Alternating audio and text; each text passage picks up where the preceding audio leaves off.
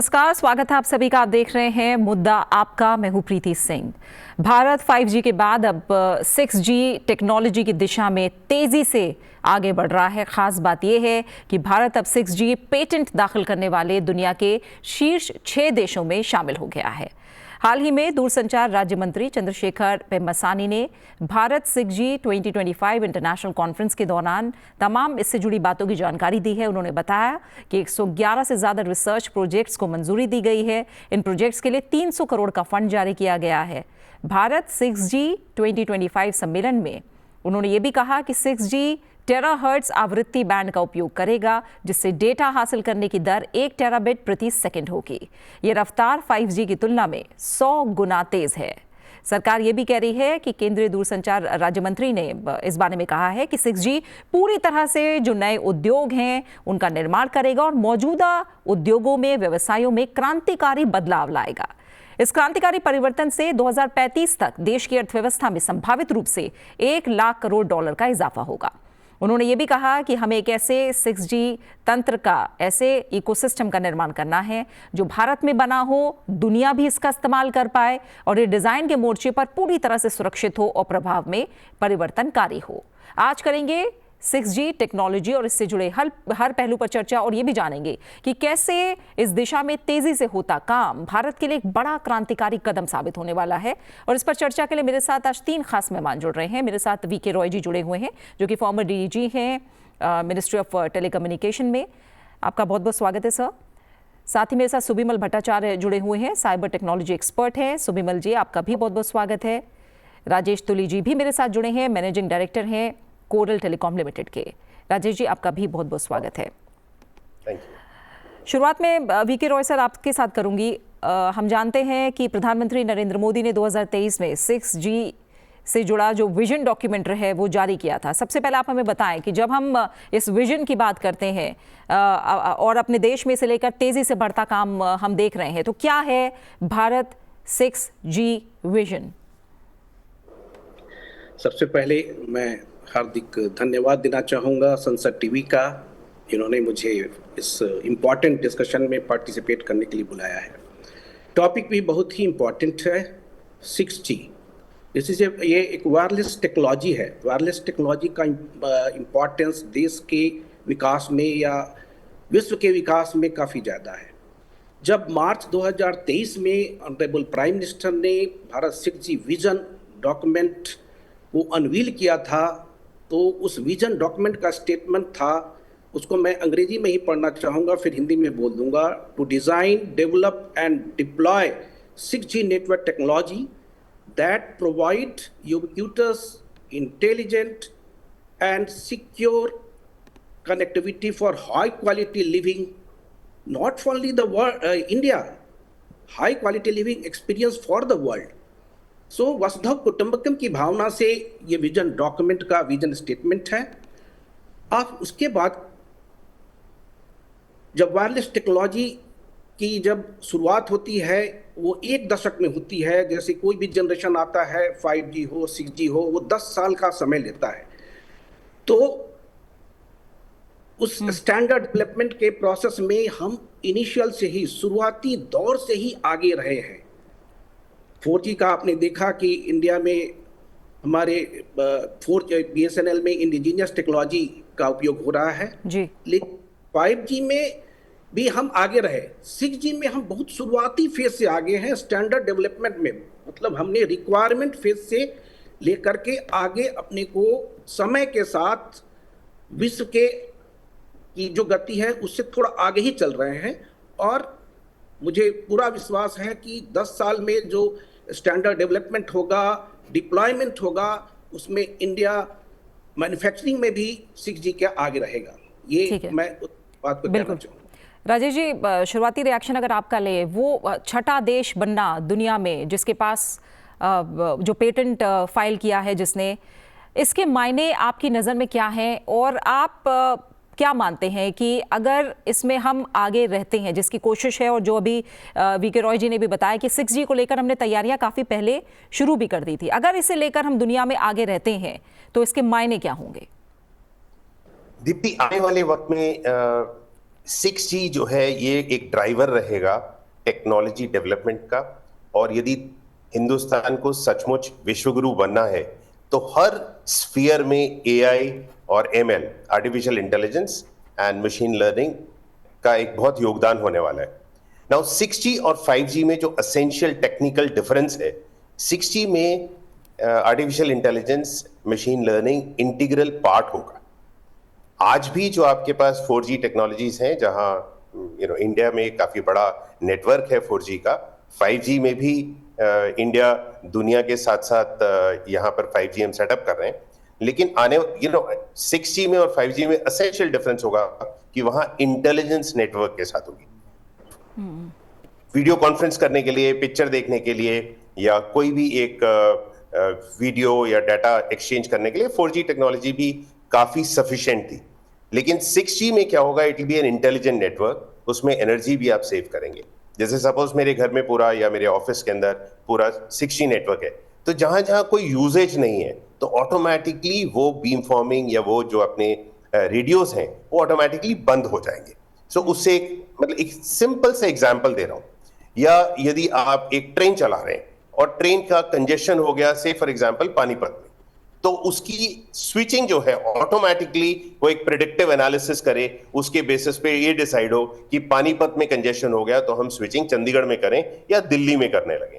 तो AI and ML will become an integral part. तो robotic surgery, drones चलाना, उस सब के लिए आप एज के ऊपर ही कंप्यूट कर पाएंगे।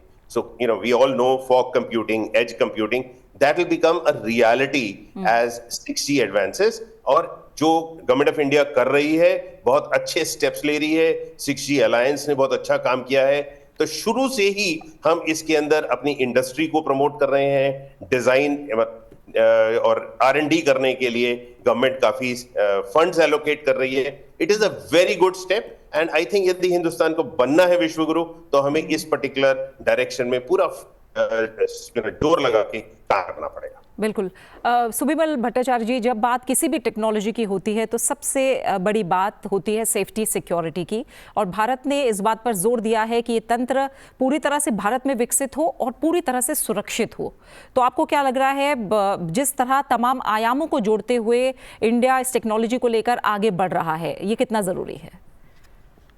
बहुत जरूरी है सिक्योरिटी को ध्यान में रखने के लिए। और जैसे कि अभी तुली साहब ने जिक्र किया कि आर्टिफिशियल इंटेलिजेंस और मशीन लर्निंग को जिस तरीका से इंटीग्रेटेड रूप में 6G में शुरुआत से लेके आ जाएगा, उसमें एक सिक्योरिटी भी एक बड़ा हिस्सा रहेगा कि किस तरीका से आपकी नेटवर्क्स की स्टेबिलिटी और आपकी नेटवर्क्स की सिक्योरिटी को आर्टिफिशियल इंटेलिजेंस या जिस तरीके से आपके प्रेडिक्टिव एनालिसिस के माध्यम से क्या सॉल्यूशंस डालना है, कहाँ इस तरीके से डिफेंडिंग पहलू लगाना है, ये सारी चीज इसमें आएगा। अब देखना है ये बात की जितने जीज में आपके टेलीकॉम नेटवर्क्स आगे बढ़ते जा रहे हैं, हमारे भारत की तरफ से भी प्रयास रहे हैं कि हम पहले लेगर्ड से अब हम G के 6G या 5G से पकड़ लीजिए, हम इसको आगे या साथ साथ लेके चल रहे हैं। मुझे अभी भी याद है कि 6G की पहले डिस्कशन मैंने पिछले 3 साल पहले किया था, जब भारत और ऑस्ट्रेलिया के बीच में ऑलरेडी कॉन्वर्सेशंस हो रहे थे, और हमारी कॉन्वर्सेशंस ऑलरेडी जापान, फिनलैंड के साथ काफी मात्रा में चल रहा है कि किस तरीके से हम सिक्योर 6G नेटवर्क्स डिप्लॉय करें। तो जहां तक सिक्योरिटी के सवाल है, आज हम अगर देखें तो नेशनल सिक्योरिटी के रूप में साइबर सिक्योरिटी को देखा जाता है, और जिस तरीका से आपकी मिशन मोड में अपनी डिजिटल इंडिया प्रोग्राम को भी आगे बढ़ाएगा, जिस तरीका से लोगों को कनेक्ट किया गया है लास्ट माइल में, और जिस तरीके से कि लोगों को भी सिक्योरिटी का रूप से एक किस तरीके से सतर्क रहना है, जो आज नया एक प्रयास आया हुआ है। मुझे लगता है कि बैकएंड और ये लास्ट माइल हर जगह में ये प्रयास रहा है इस सिक्योरिटी को महत्व से देखा जाए, और इसमें ये नेटवर्क में जिस तरीके से इंटीग्रेटेड रूप से आपकी सिक्योरिटी सॉल्यूशंस रहेंगे, या डायनेमिक बेसिस में, रियल टाइम बेसिस में आपकी सिक्योरिटी पैरामीटर्स बनते जाएंगे, ये मुझे लगता है कि दिशा बिल्कुल ठीक है सरकार की, और उपभोक्ताओं के लिए भी जिस तरीका से कोशिशें हो रही है उसमें इनको भी नेटवर्क्स जितने रूप में आएंगे वो संतुलित रूप से सिक्योरिटी को साथ में लेके चलेंगे। ठीक है। वीके रॉय जी, जो रिसर्च को लेकर आपने बात कही और इसे लेकर जो आंकड़े सामने हैं, 111 से ज़्यादा फंडेड रिसर्च प्रोजेक्ट्स हैं, 300 करोड़ से ज़्यादा का फंड इनके लिए जारी किया गया है, ग्लोबल पार्टनरशिप है जिनमें जापान, सिंगापुर, फिनलैंड जैसे देश हैं। तो ये किस तरह की तस्वीर बयां कर रहे हैं और क्या आपको लग रहा है कि स्पेशली फंड की ज़रूरत पड़ती है R&D को लेकर, तो इस पर भी सरकार का फोकस अच्छा खासा है? निश्चित रूप से सरकार का इस पे बहुत ज़्यादा फोकस है, क्योंकि सरकार ये मानती है कि industry, academia and research institute अगर ये सिंक में हैं तभी जाकर हम सबसे आगे जाने वाले हैं। अगर ये सिंक में नहीं है तो कहीं ना कहीं गैप रह जाता है और फिर हम आगे बढ़ नहीं पाते। तो दुनिया के सारे डिफरेंट जो 6G एसोसिएशन है उसके साथ भी हमने टाई अप किया है और टाई अप करने के साथ ये जान रहे हैं कि वो कहाँ है और हम कहाँ हैं। हमारे SDO 3GPP में भी पार्टिसिपेट कर रहे हैं, I2 में भी हम पार्टिसिपेट कर रहे हैं और उससे रिलेटेड जो परफॉर्मेंस पैरामीटर्स है उसका डिटर्मिनेशन के लिए मैं भी पिछले 2024 में गया था।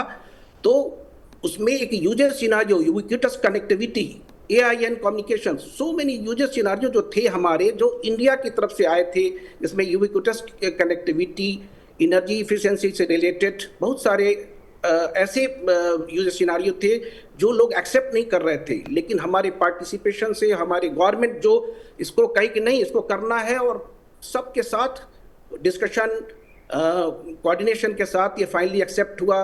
पहली बार दुनिया में यूबिक्विटस कनेक्टिविटी एक ऐसा यूजर सिनेरियो है जो इंडिया का दिया हुआ है।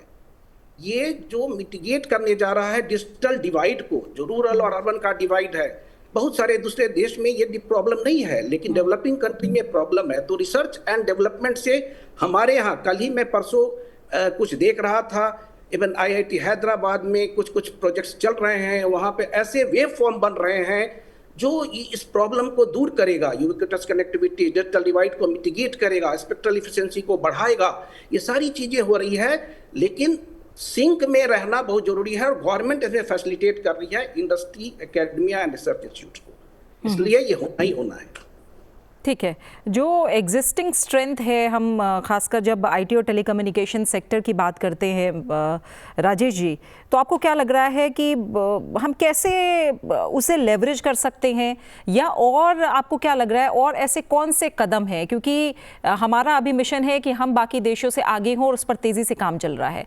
आपको क्या लग रहा है और ऐसा क्या है, क्योंकि पॉलिसी लेवल पर भी पूरा सपोर्ट है, बहुत सारे कदमों का जिक्र हम कर रहे हैं, इस स्ट्रेंथ को या पोटेंशियल को हम पूरी तरह से प्राप्त कर पाए, कुछ और कदम का सुझाव है? हाँ, आई थिंक इस पर्टिकुलर डायरेक्शन में गवर्नमेंट काफी सुनियोजित तरीके से आगे कदम बढ़ा रही है। हमने 100 के करीब 5G लैब सेटअप किए थे और ये 5G लैब सेटअप करने का प्रोग्राम आज नहीं, 1 साल पहले स्टार्ट किया था। अब उसके ऊपर कुछ हैकेथॉन्स कर रहे हैं। जैसे मैंने आपको पहले बताया, 6G एक्चुअली 5G के ऊपर AI और ML, उसकी ऑर्केस्ट्रेशन लेयर्स बन जाएंगी। वो लेयर्स डिसाइड करेंगी एक एडिशनल इंटेलिजेंस के बेसिस पे कि सेम नेटवर्क, 5G का नेटवर्क कैसे बेहतर बिहेव करे। जैसे मैंने आपको पहले बोला, एक टेलीकॉम नेटवर्क को एक नॉर्मल सिटीजन के लिए 4G भी पूरी सुविधाएं प्रदान कर रहा है। तो इनका पर्टिकुलर रिक्वायरमेंट होगा कुछ स्पेसिफिक एप्लीकेशंस के लिए। सो सपोज आप स्काडा एप्लीकेशन कर रहे हो, आप एक ऑयल या गैस पाइपलाइन को मैनेज कर रहे हो, या आप टेली मेडिसिन कर रहे हो, या रोबोटिक सर्जरी कर रहे हो, तो इन सब के लिए आपको इस तरह के स्पेशल प्रावधानों का या स्पेशल इंटेलिजेंस का जो नेटवर्क के अंदर ही बिल्ट हो, जो आपके 5G नेटवर्क के ऊपर बिल्ट हो, उसकी जरूरत होगी। सो सबसे पहले क्या करना है, आपको 5G लैब्स बनाने हैं, तो गवर्नमेंट ने बनाए। अब 5G लैब्स के ऊपर आपने सबको कहा कि आप उसके ऊपर कुछ इनोवेशंस करिए और उसके ऊपर आप प्रोजेक्ट्स बनाइए, हैकेथॉन लॉन्च किए। उन प्रोजेक्ट्स के लिए गवर्नमेंट फंडिंग कर रही है। Government has a large R&D budget set up today for science and technology research development. So you have already allocated for it. Next is promote these 5G private networks. क्योंकि 6G का ज्यादा से ज्यादा जो usage होगा वो 5G के ऊपर होगा। तो आपको 5G प्राइवेट नेटवर्क सेटअप के ऊपर करने में और लोगों को एंकरेज करना चाहिए। 5G प्राइवेट नेटवर्क सेटअप करने के लिए आपको एक स्पेक्ट्रम चाहिए होगा। सो सपोज इंडियन ऑयल या ONGC और अ पर्टिकुलर गैस वेल, इनके ऊपर इसमें आपको नेटवर्क सेटअप करना है। अगेन आई एम इंसिस्टिंग कि 6G का ज्यादा से ज्यादा रोल होगा कुछ स्पेशलाइज्ड कामों के लिए। अब स्पेशलाइज्ड कामों के लिए आपको अपने प्राइवेट नेटवर्क सेटअप करने पड़ेंगे, क्योंकि जो रिक्वायरमेंट रेलवे की होगी वो रिक्वायरमेंट ONGC की नहीं है, जो ONGC की रिक्वायरमेंट है वो इंडियन ऑयल की नहीं होगी, ठीक है, या वो किसी और सिक्योरिटी सर्वेलेंस के लिए नहीं होगी। तो इन सबको प्राइवेट नेटवर्क की तरह आपको इसको बढ़ावा देना पड़ेगा। उसके लिए MSMEs को, स्मॉल सेटअप्स को एंकरेज करना पड़ेगा, because real innovation happens in relatively small size companies, because they are more agile, they are more dynamic. So innovation के लिए उन्हें आपको प्रमोट करना पड़ेगा। फिलहाल यहाँ पे कुछ फोकस है गवर्नमेंट का, but I think a lot more needs to be done. ये कैसे स्पेक्ट्रम जाएगा, उसकी एलोकेशन कैसे होगी, जल्दी से जल्दी कैसे एलोकेशन हो जाएगी, these kind of things will have to be done, but I think we are more or less on the right path. It has to be accelerated. बिल्कुल, और जैसा दूर संचार राज्य मंत्री ने कॉन्फ्रेंस के दौरान कहा भी कि भारत में प्रतिभाशाली वैज्ञानिक और इंजीनियर्स हैं, जिस वजह से भारत 6G टेक्नोलॉजी के मामले में ग्लोबल लीडर बन सकता है। वो कह रहे हैं कि हमारे पास 6G के रिसर्च और इनोवेशन के लिए पर्याप्त समय भी है। टेक्नोलॉजी की वजह से न केवल मौजूदा इंडस्ट्री बल्कि कई नई इंडस्ट्रीज भी उभरेंगी। सुबिमल भट्टाचार्य जी, जब हम 2047 की बात करते हैं और विकसित भारत के सपने को साकार करने की बात करते हैं, और हम जानते हैं कि सरकार की कोशिश रहती है कि जब एक टारगेट सेट किया जाए तो उससे पहले ही, उस समय से पहले ही उसे हासिल भी कर लिया जाए। जिस तरह से हम समझ रहे हैं 100 गुना स्पीड आप कह रहे हैं, जिस तरह से इंटेलिजेंस का इस्तेमाल, हम जानते हैं एग्रीकल्चर जो कि बैकबोन है इंडिया की, एग्रीकल्चर से लेकर तमाम इंडस्ट्रीज, MSME की जिस तरह से बात की है, IT, साइंस, स्पेस, तमाम सेक्टर्स तो हैं ही। ये कितना बड़ा पुश ये टेक्नोलॉजी देगी उस विजन को साकार करने में? जैसे आपने अभी जिक्र किया कि 100 गुना स्पीड, आज जो बैंडविड्थ जिससे हम लोग इस वक्त भी पार्टिसिपेट कर, मैं किसी एक नॉर्थ ईस्ट के किसी एक शहर से इस वक्त में पार्टिसिपेट कर रहा हूँ। अब देख रहे हैं कि किस तरीके से बैंडविड्थ की क्वालिटी इंप्रूव है। अब उसका 100 गुना जब इंप्रूव बैंडविड्थ वो आते हैं तो उसमें ही एक चमत्कार के रूप से हम सोच सकते हैं, क्योंकि कनेक्टिविटी इस तरीके से हम सबको जोड़ चुका है पिछले 5-10 साल में। उससे बहुत प्रभाव लोगों का बीच में बढ़ता है और उससे उत्साह भी बढ़ता है। हमारा सबसे बड़ा सक्सेस स्टोरी इस देश में आज UPI को लेके है कि जिसमें जो लोग लिटरेट भी नहीं वो डिजिटल लिटरेट है या फाइनेंशियल लिटरेट है, क्योंकि इस तरीके से ट्रांजैक्शन देश भर में कर। अब जब लोगों को आप एम्पावर करके एक लेवल में लाए हैं कि वो टेक्नोलॉजी से वो डरते नहीं, वो आगे आते हैं, तब आप कनेक्टिविटी 6G के माध्यम से आप उनको और बढ़िया सा नेटवर्क दे रहे हैं, उसमें वो कम्युनिकेट कर रहे हैं, जिसमें से जैसे आपने जिक्र किया एग्रीकल्चर या स्पेस या ये बहुत सारे सेक्टर्स आते हैं जिसमें अपने नेटवर्क्स में अपने डिफाइंड पैरामीटर्स को लेके वो भी किस तरीके से ऑप्टिमल परफॉर्म कर सकते हैं और उससे आगे बढ़ सकता है। यही फायदा 6G के माध्यम से हमें दिखाई देगा। देखिए, एक बात क्लियर है कि सरकार की तरफ से पॉलिसी लेवल सपोर्ट और इसके बाद बजटरी एलोकेशन देके सपोर्ट करके किस तरीके से प्राइवेट सेक्टर को भी इंक्लूसिव रूप में जोड़ना है, ये हम पिछले कुछ सालों में देखे जिस उत्साह से आज बहुत कुछ हो रहा है। एक बात आते है, हम एक एग्जांपल देते हैं कि हम हमारे देश में बहुत आम के उत्पादन करते हैं, लेकिन हम मैंगो इकोनॉमी जो US के है उसमें आज भी हम आए नहीं। जैसे आर्टिफिशियल इंटेलिजेंस के हम मैंगो बीन करते हैं कि मेटा, एंथ्रोपिक, एनवीडिया, गूगल और ओपन AI, अब इन्होंने जो एक आर्टिफिशियल इंटेलिजेंस की इकोसिस्टम क्रिएट किया हुआ है। हमारे देश में इस तरीके एक आर्टिफिशियल इंटेलिजेंस इकोसिस्टम नहीं हुआ है, लेकिन ये सारे मैंगो की MANGO जो अगर करते हैं, ये सारे का रिसर्च डेवलपमेंट एक्टिविटीज भारत से होता है और यहाँ से बन के यहाँ के इंजीनियर ये काम कर रहे हैं। तो आज अगर हम एक टेक्नोलॉजी, हमको जैसे कि जानकारी है, लगभग अंदाजा है कि 2030 तक 6G मैच्योर रूप से इंप्लीमेंट होते जाएंगे। तो अगर हम आज 2025 में इसको सोच रहे हैं कि उसके सारे पहलू में हम काम करें और अलग अलग सेक्टर में फोकस दें, मुझे लगता है जब ये मैच्योर होगा और इस्तेमाल होगा, हम भी अपना ये जो मैंगो वाला कॉन्सेप्ट है इस देश में हम स्थापित कर पाएंगे। ये बड़ा जरूरत है कि हम ये सारे फॉरवर्ड एरियाज ऑफ टेक्नोलॉजी जिस तरीके से जा रहे हैं उसको आपकी कनेक्टिविटी की स्ट्रेंथ और कंप्यूटिंग की स्ट्रेंथ देके देश को आगे बढ़ाने में टेक्नोलॉजी के प्रयास करें। प्रधानमंत्री का विजन बड़ा क्लियर है, इसीलिए आप जैसे कि बोला है कि 2047 में जब हम भारत को विकसित देश के हिसाब से हम देख रहे हैं तो इसमें टेक्नोलॉजी का महत्व बड़ा इंपॉर्टेंट है। उसमें कनेक्टिविटी कंप्यूटिंग दोनों इंपॉर्टेंट होते हैं और उसमें कनेक्टिविटी के माध्यम में अगर हम R&D जिस तरीका से हमने साइलोज ऑफ एक्सपर्टीज क्रिएट किया हुआ है, सपोर्ट किया हुआ है, उसको लोगों का बीच में कोऑर्डिनेशन का रूप में कुछ सॉल्यूशंस लेके आ रहे हैं सामने, जिसको ट्रायल रूप में आज इस्तेमाल किया जा रहा है। मुझे लगता है कि ये बिल्कुल सही दिशा में है और विकसित रूप में जिस तरीका से टेक्नोलॉजी का वो रहेगा। हम अगर एक बात है कि हमें मालूम नहीं अगले 5 साल बाद भी टेक्नोलॉजी किस तरीका से जाता है, लेकिन जो फॉरवर्ड ट्रेंड्स आते हैं या जिस तरीके से हम आगे जा रहे हैं या जिस तरीके से कुछ सेक्टर्स में हमने कामयाबी हासिल की है उसमें एक रीजनेबल अंडरस्टैंडिंग से एक अंदाजा होता है कि यहाँ तक टेक्नोलॉजी जाएगा। और यहाँ मुझे लगता है ये जो ओवरऑल टेक्नोलॉजी इकोसिस्टम है जिसमें कनेक्टिविटी बड़ा इंपॉर्टेंट है। भारत नेट को छोड़ के भी जो वायरलेस नेटवर्क्स में जिस तरीके से काम हो रहा है इस देश में, मुझे लगता है हम सही दिशा में हैं और हम बहुत कुछ कामयाबी हासिल कर पाएंगे। बिल्कुल। और वीके रॉय सर, जब हम बात करते हैं स्किल्ड मैन पावर की, क्योंकि ये सबसे बड़ी ज़रूरत होने वाली है और हम जानते हैं आईटी सेक्टर में ही अगले कुछ ही महीनों या कहें कुछ ही समय में 7 लाख से ज़्यादा स्किल्ड मैन पावर की ज़रूरत होगी और जिसमें एक बड़ा शेयर होने वाला है अब 6G को लेकर भी। तमाम जो स्टार्टअप्स हैं, एंटरप्रेन्योर्स हैं, वो भी अपने अपने लेवल पर 6G में काम आगे बढ़ा रहे हैं। तो जब स्किल्ड मैन पावर वर्कफोर्स की बात करते हैं, ये इस दिशा में आप काम कैसे आगे बढ़ता देख रहे हैं और इसमें क्या कोई चैलेंजेस है अभी हमारे सामने?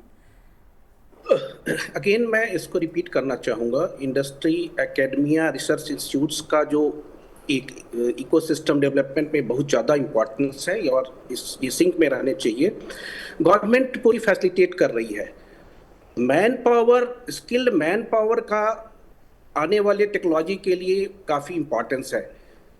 तो कैसे होगा उसका पार्टिसिपेशन?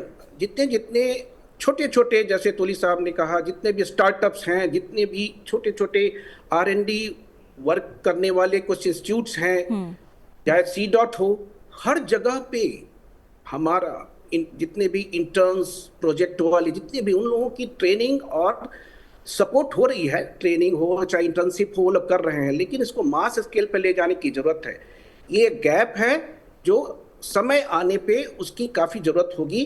तो ये की जा रही है, लेकिन इसको और थोड़ा स्पीडअप करने की ज़रूरत है। ये मेरा जस्ट सजेशन है, क्योंकि जब टेक्नोलॉजी आती है उस टेक्नोलॉजी का पूरा यूटिलाइजेशन प्रॉपर ढंग से कैसे हो, वो 6G और 5G 4G में सब में डिफरेंस है। This is not individual centric, ये इंडिविजुअल सेंट्रिक नहीं है, ये वर्टिकल सेंट्रिक है। ये काफ़ी फ्लेक्सिबल है, इसमें बहुत ज़्यादा पोटेंशियल है।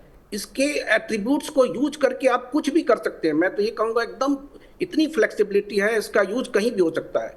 तो man power, skilled man power की भी जरूरत होगी। तो जितने भी स्टार्टअप हो, 5G लैब गवर्नमेंट ने बनाया है, हर जगह पे जो इंटर्न है, स्टूडेंट्स हैं, सबको ट्रेन करने की जरूरत है। लोग हो रहे हैं, लेकिन इसको गवर्नमेंट हो सकता है आगे इसमें प्लान चल रहा हो तो उसको आगे बढ़ाने की जरूरत है।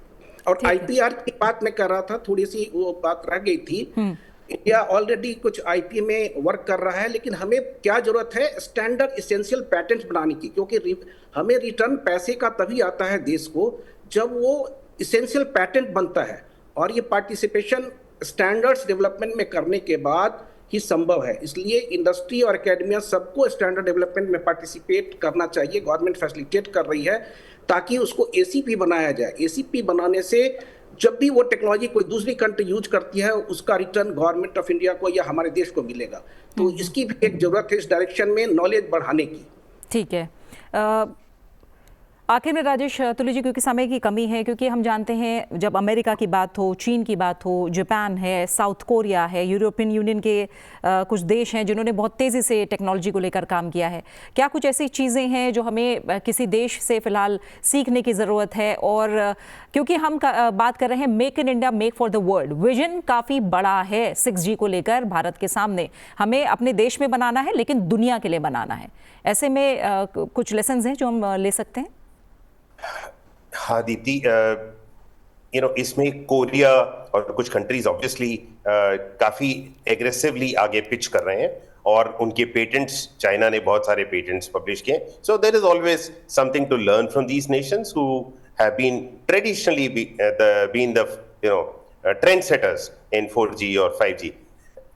और गवर्नमेंट ऑफ इंडिया यहाँ काफी अच्छा फोकस कर रही है। जैसे रॉय साहब ने कहा, यहाँ पर ये वर्टिकल सेंट्रिक 6G जो है वर्टिकल सेंट्रिक होगा, यानी कि हर कस्टमर की अलग तरह की रिक्वायरमेंट होगी जो 6G अलग अलग तरीके से उसको केटर कर रहा होगा। तो यहाँ पर इंडियन इनोवेशन एक काफी अच्छा रोल प्ले कर सकती है। And government is taking a completely concerted approach. I don't know whether आपको पता है कि नहीं, आज की डेट में यदि मैं एक नए बच्चे को जॉब देता हूं तो उसमें 7-8 हजार रुपए सरकार कंट्रीब्यूशन कर रही है। Telecom sector scale council lower level पे ये काम कर रही है। It is a great incentive. 7-8 हजार रुपए, 20-25 हजार रुपए के फ्रेश इंजीनियर के लिए कंट्रीब्यूट यदि गवर्नमेंट कर रही है तो it's a very big contribution.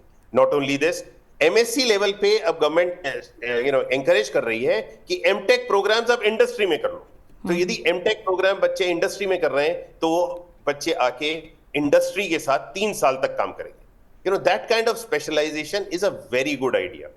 Otherwise एक जेनरिक रिसर्च करके अपने साइलो में, अपनी एकेडमिक इंस्टीट्यूशन में बैठ के आपने एमटेक किया या PhD किया।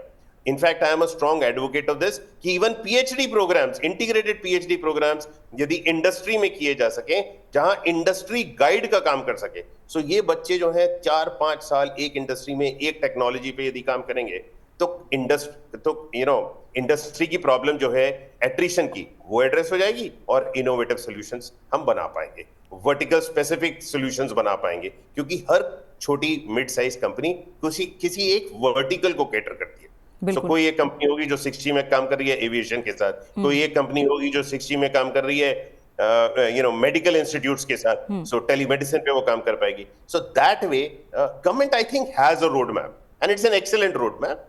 बिल्कुल, we will do well. बिल्कुल। लास्ट में सुबिमल, अगर आप बहुत संक्षेप में रैप करना चाहें, जिस तरह से हमने कहा कि लेसन तो नहीं लेकिन लर्न करने के लिए बहुत सारी चीज़ें हैं बाकी देशों से भी, और एक लेसन कहीं ना कहीं जब 5G में जिस तरह से VK रॉय जी ने भी कहा कि हमने थोड़ी देरी की, तो वो लेसन लर्न करते हुए 6G में हम उतनी और ज़्यादा तेज़ी दिखा रहे हैं। आखिर में जब वे फॉरवर्ड की बात करते हैं, आप किस तरह से इसको रैप करना चाहेंगे? मैं 2 चीज यहाँ आपको बताऊंगा। पहले है कि जैसे मैंने शुरुआत में बताया कि भारत ऑस्ट्रेलिया के बीच में 6G के ऊपर कन्वर्सेशन और सिक्योरिटी की एस्पेक्ट्स के ऊपर पिछले 4 साल से एक कन्वर्सेशन है और ऑस्ट्रेलियन गवर्नमेंट की तरफ से भी एक फंडिंग भी है इस चीज को करने के लिए। इंडिया के 1-2 थिंक टैंक ने एक रिपोर्ट भी इसके ऊपर की। दूसरी बात है, जो स्मार्ट हैकाथॉन्स के माध्यम से हम बहुत सारे समस्या को सॉल्यूशंस हमारी यंग जनरेशन से मिले हैं। मैंने कुछ ऐसे भी देखा था कि 5G 6G की इस्तेमाल करके इन लोगों ने बहुत सारे सजेशन रखे। तो ऐसे भी टैलेंट हंट जो हम करें और स्किलिंग जो करें, हम नॉट नेसेसरली ओनली PhD और फॉर्मल तरीका से जो है, बहुत सारे लोगों में इंजेन्युइटी होते हैं जो अपनी लॉजिक के हिसाब से बहुत सारे सॉल्यूशन दे पाते हैं। और मुझे लगता है कि ये इनफॉर्मल सेक्टर को भी साथ में लेना पड़ेगा ताकि वो भी अपना सॉल्यूशंस दे और पार्टिसिपेट करें। बिल्कुल, बहुत बहुत शुक्रिया। इसी के साथ VK रॉय जी आपका, सुबिमल भट्टाचार्य जी आपका, राजेश तुली जी, आप तीनों मेहमानों का बहुत बहुत शुक्रिया। जाहिर तौर पर भारत का 5G के लिए पेटेंट फाइल करना अपने आप में एक बहुत बड़ा कदम है। ऐसा 6ठा देश है दुनिया में भारत जिसने ये किया है, और विश्व को पछाड़ कर अगर हम जल्द ये पहल कर सके, जिसकी पूरी कोशिश है भारत की तरफ से, तो भारत संचार तकनीक में विश्व की शक्ति बनकर उभरेगा। और हम जानते हैं इसका सीधा असर हमारे विकास पर, हमारी ग्रोथ पर पड़ेगा। बहुत बहुत शुक्रिया आप सभी मेहमानों का, और आप बने रहिए सनसेट टीवी के साथ। नमस्कार।